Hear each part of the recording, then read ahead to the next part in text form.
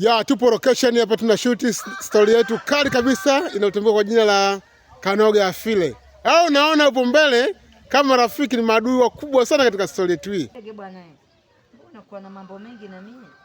Bwana, hii sio ya kukosa, au ni mtu na ifi yake.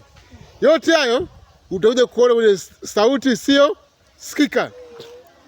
Na huyu unamuona hapa ni baba mzazi wa huyo alovaa juba la rangi ya blue huyo ndio baba wa Aisha.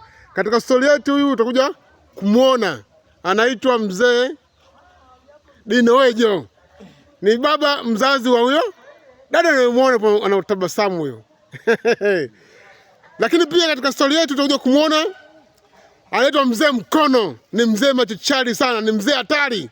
Muona ambaye ni mtoto wa watoto zake wawili baina ya huyu jamaa ambao anaitwa Juma.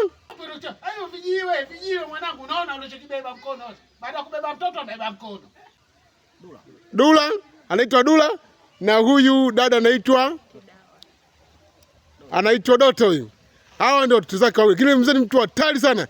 Anafanya mambo maajabu, mambo makubwa katika story yetu. Bwana, kama mkao wa kula. Na wewe unamuona nyuma kabisa huyo. Huyo ndo mume wa dada Doto. Nini kilifanyika katika story yetu hii? Kama mkao wa kula atakujia hivi karibuni. Na bila kusahau star wetu wa movie yetu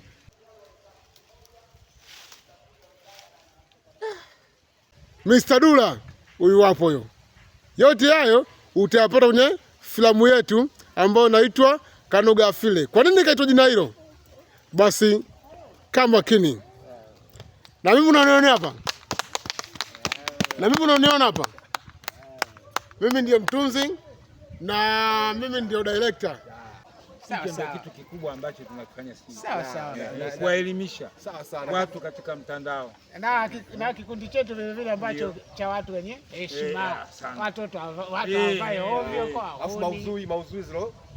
Yaani zinazoeleweka. Sauti sio sikika ambayo kitu ambayo inafundisha maadili mema. Mfano hii maana kwa Kanoga Afile. Kuna watu hawajui. Kanoga Afile. Sasa watajua kupitia kwenye filamu hii. Maana yake wataiona na kila mtu atakubali.